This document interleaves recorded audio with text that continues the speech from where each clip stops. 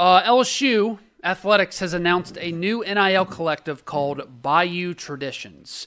It's the, quote, first of its kind, according to the press release, and there's really, no better person to help explain all of this new stuff going on with NIL and this new announcement that LSU has just made than LSU Athletics Chief Brand Officer Cody Worsham. He's a friend of the show. He's been on before, and he's good enough to join us for a segment to talk all of this over and then some. Cody, thank you so much for joining us, man. How was your weekend?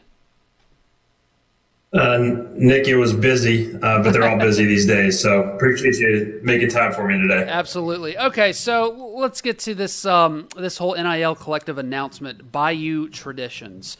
I saw the press release, and the first thing that struck me in this press release was it said first of its kind. I guess simply, why is it the first of its kind, or how? Yeah, I think it's the specific and unique partnership that we formed with Bayou Traditions. They're, a third-party collective based in Baton Rouge, obviously raising funds for our student athletes. But it's this partnership that we formed with them where they are a corporate partner through LSU Sports Properties. And so, one, they're able to tap into our brand and our assets, our reach, our platforms, which will help maximize exposure for them, help them raise more funds, just give them a broader reach and broad power. But then, they can also utilize our marks. They can utilize our photos. They can utilize our videos. So from our perspective as an institution, one of our big things with NIL is how can we help elevate the brand of the student athlete? Well, now with this partnership with the collective, we're going to be able to do that in some pretty powerful ways.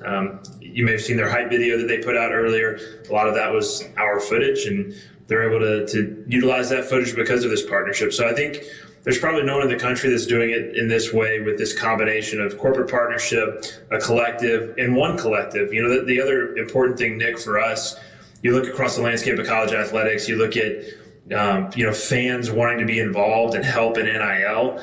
There's a lot of confusion with how they can do that. I mean, you look at other schools, there's 3 collectives, there's 4 collectives, there's individuals that are participating in NIL, but really no collective to go to. With us, it's pretty simple. If you're a fan and you want to help, you can support Bayou Traditions, and that's going to support our student athletes' NIL opportunities. So it's about the simplicity of it for the fan, but then just the ability to partner up with Bayou Traditions and tap into some of the power and reach that we have as a brand as well. Okay, so sticking on, I guess, we'll talk about the fans in a minute, but there was a Louisiana NIL law that was passed last summer. How did this kind of affect this ongoing, or that law affect Bayou Traditions formation? Yeah, I could go on a long tangent here. I'll try to keep it as succinct as possible. If you go back to when NIL was first implemented, the thought at the time was that you had to have a state law to participate in NIL, right? That was sort of what the NCAA had signaled to all the institutions is NIL's coming. If you want to do NIL deals at your institution, you need to have a state law. So Louisiana passed a state law, and then, a couple weeks later, the NCAA came out and said, hey, you know what? Just everyone can do NIL. Don't worry about it. So actually, it was the people that had passed the state law that were a little bit hamstrung. So we had some... in that original draft, we were a little more limited as an institution as to how we could participate in NIL, and really it was more on the deal facilitation side or helping student athletes in NIL. We were pretty much just limited to educating them at that point.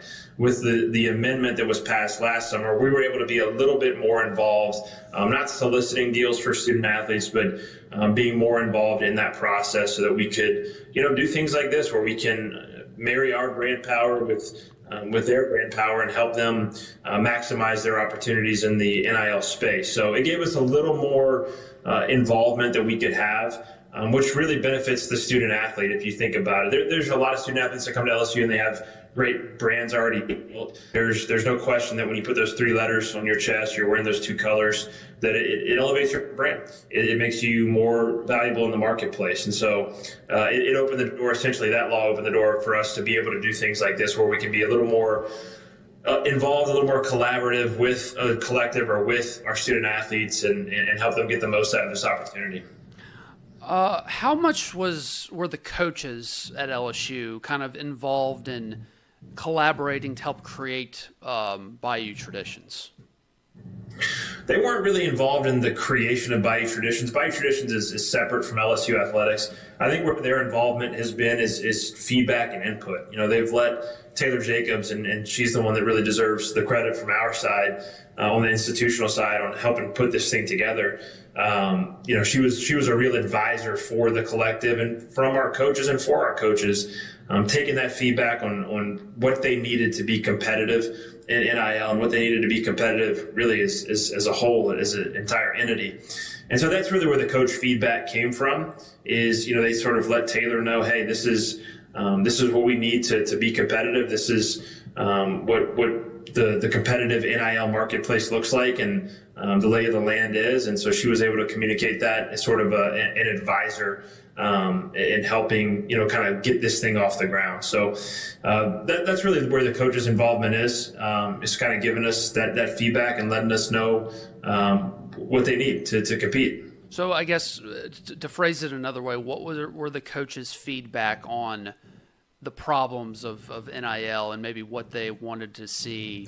Okay, that's a loaded question. Let me rephrase that. Okay, what was the biggest feedback that the coaches gave to y'all and to Taylor that y'all took to heart and sort of applied to this collective?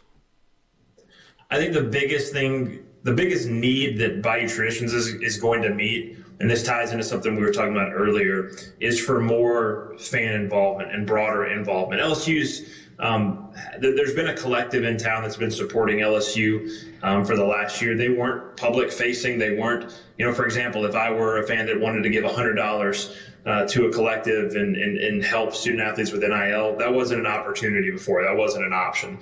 The collective that was in place before was not operationalized that way. It was more of a few higher dollar donors. This democratizes the process. So this makes it possible for someone to give $100 or someone to give $500 or someone to give $1,000 where that wasn't before. So really it opens up the doors for more participation. And that's probably, to answer your question, where some of that coach feedback was, we know people that want to support our programs in this NIL landscape. They want to do it the right way. They want to do it sustainably. They don't really have a vehicle to do that. How can we help that vehicle come to fruition? And so that was the feedback that they gave Taylor, they gave us, and Bayou Traditions came along and answered the call, and we were able to partner with them in a way that allows for that. It allows those programs to get support, more connected support from their fans. All right, and so for the people listening who want to look up more information about it, where can they go? Where can you direct them to look up more information and potentially even donate? Yeah, BayouTraditionsCollective.com is their website. They're on Twitter and Instagram as well. I believe Twitter is at Bayou Traditions. I think Instagram is at Bayou_Traditions. They're today they launched. We helped them launch, obviously. You'll see them as the title sponsor of LSU Gold as well. So they'll be present in a lot of our places. In fact, if you're at the women's basketball game tonight, you'll hear an announcement on the video board breaking down their involvement with LSU. And that's really what the partnership allows. It allows for them to have a presence in venue. It allows for them to have more direct access to our fans. And that's what's really exciting about it, unique about it, is that unique partnership and the ability for more fans to get involved and make a difference in